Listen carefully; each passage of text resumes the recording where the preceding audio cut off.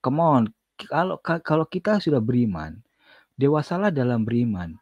Kalau kita belum beriman, belum dewasa dalam beriman, terus kita membenci doktrin, membenci ajaran, membenci paus, membenci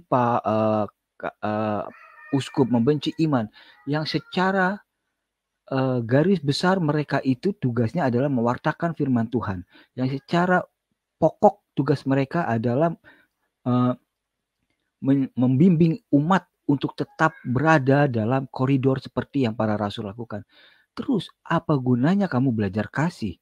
Apa gunanya kamu belajar Alkitab kalau di hati kecil kamu memilih-milih kasih, menyayangi jemaat yang berbaju ini, tapi membenci jemaat yang berwarna ini?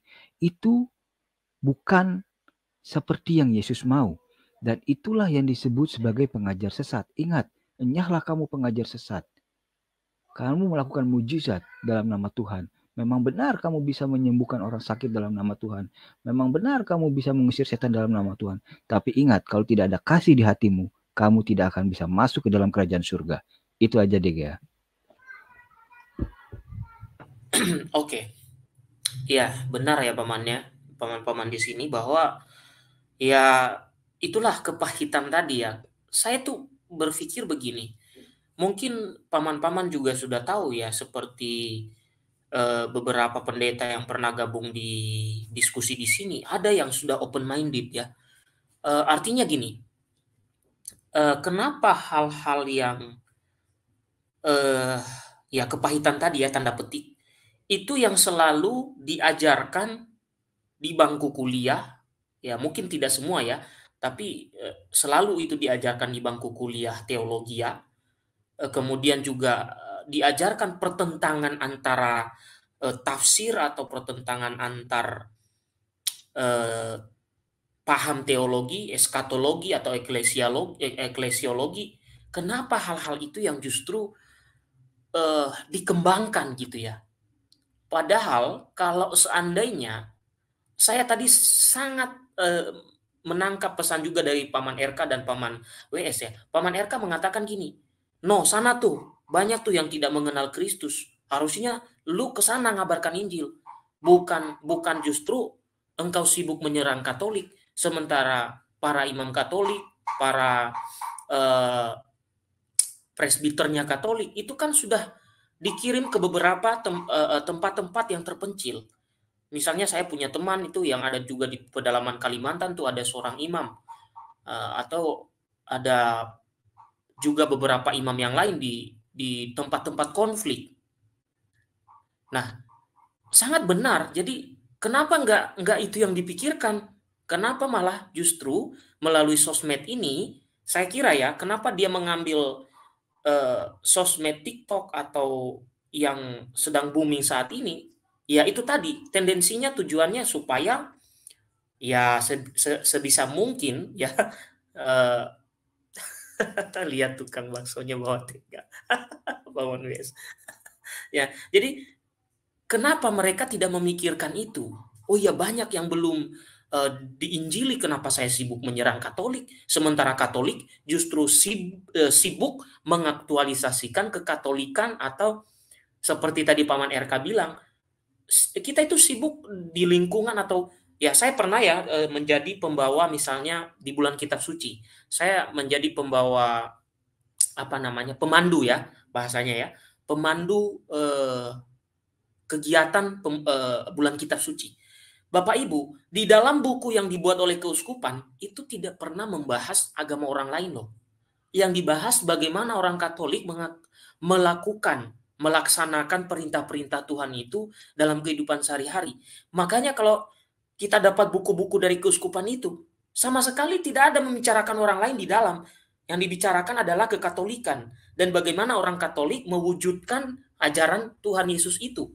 Ya tentunya dengan bantuan Roh Kudus Bapak Ibu, karena kita semua tentu tidak luput dari kesalahan dan dosa ya. Nah, jadi sangat sangat jelas seperti Paman RK katakan tadi.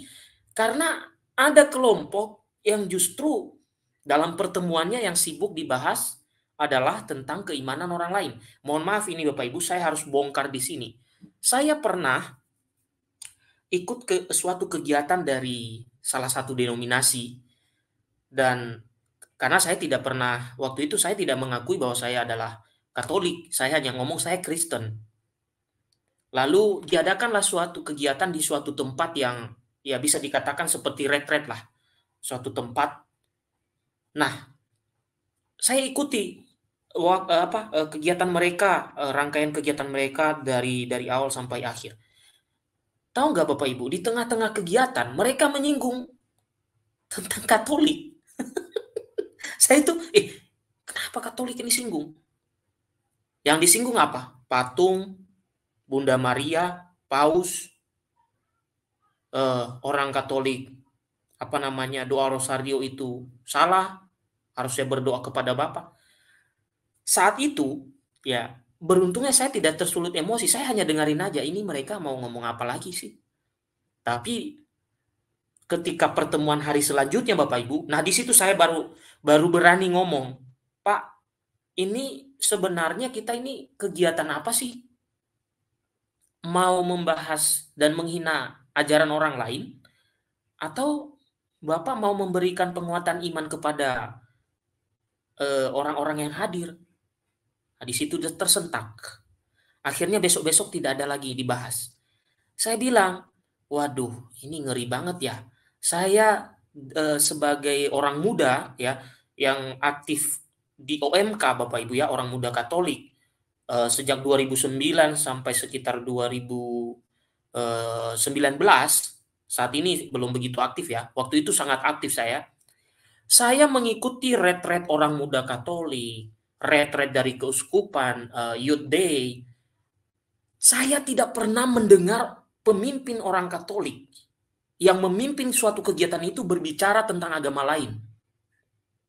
Atau membicarakan bagaimana kita menyerang ajaran doktrin agama ini, agama itu, agama ini. Gak pernah saya dengar. Ya, gak pernah saya dengar. Palingan kalau dibahas, justru yang dibahas bagaimana kita bekerja sama dengan orang beragama lain.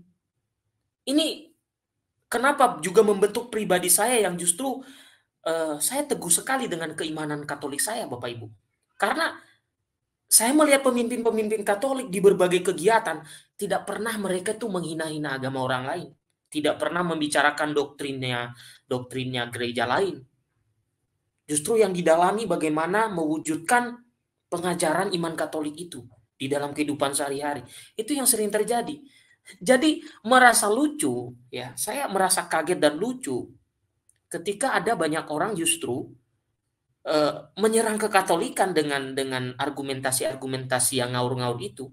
Tetapi Bapak Ibu, tidak dipungkiri juga kita perlu menanggapi di zaman digital ini ya. Makanya tadi saya sangat bersyukur ya, ternyata di TikTok orang ini suster aja menanggapi loh. Ya kan? Suster menanggapi, pastor marganya Tobing sih, pastor siapa namanya kok lupa saya ya. Marganya Tobing itu. Dia ada channel juga loh Bapak Ibu. Sebentar saya cari supaya saya promosikan pada Bapak Ibu. Bagus katekesenya. Dia SVD ya. SVD. Tobing. Siapa nama depannya ya? Nah ini. Oh iya. Namanya Paulus Tobing. Ah, ini bagus nih Bapak Ibu ya. Saya perlihatkan ya. Tolong di-subscribe. Ini nih. Yang menanggapi juga di TikTok orang itu adalah pastor ini. Ah, sekarang yang ada di live chat, ayo di-subscribe dulu. Ayo di-subscribe. Banyak sekali pengajaran katekese dari Pastor Paulus Tobing. Oke, saya kasih linknya juga supaya lebih mudah. Sebentar. Nah, beliau juga menanggapi nih, ya. Orang yang saya tanggapi di YouTube ini nih, ya. Oke, channel Yesus Andalanku juga iya. Tapi saya lebih suka juga menonton Pater Paulus Tobing. Oke, itu sambil lalu ya saya promosikan supaya di-subscribe. Oke. Nah, jadi kalau kita lihat Bapak Ibu, patutlah kita berbangga dengan kekatolikan kita ya. Karena kita tidak pernah sibuk untuk membahas keimanan orang lain. Nah, ini juga misalnya ya, ada pembahasan dari Pater Kaisar ya. Kita lihat ya, mengenai juga ternyata ya, ada sebuah kasus ya di dalam, gereja Katolik kita ini ya, bukan kasus ya, suatu hal khusus ya, seorang ayah yang sudah menjadi duda, eee, kemudian menjadi pastor, anaknya juga. Nah, kok bisa? Nah, kita juga ada ajaran semacam itu loh Bapak Ibu. Nah, kita dengarkan dari, Pater Kaisar dulu nih ya. Pater saya izin ya, saya saya putar ini dulu ini. Kan satu berita yang saya sendiri heran ya, kagum, takjub. Saya kurang dramatis orangnya, tapi saya katakan ini berita yang jarang terjadi. Apa itu? Ketika seorang ayah menjadi pastor seperti anaknya. Ya, ini pastor di gereja Katolik, bapaknya jadi pastor, anaknya jadi pastor. Wah, bagaimana bisa? Ini satu pertanyaan dan saya sudah baca beritanya dan untukku ini menarik sekali. Nah, kita lihat di foto ini ya. Ada seorang pastor tua memberikan berkat kepada seorang muda. Nah, yang menjadi berita yang menarik adalah si pastor tua ini adalah ayah dari yang diberkati ini.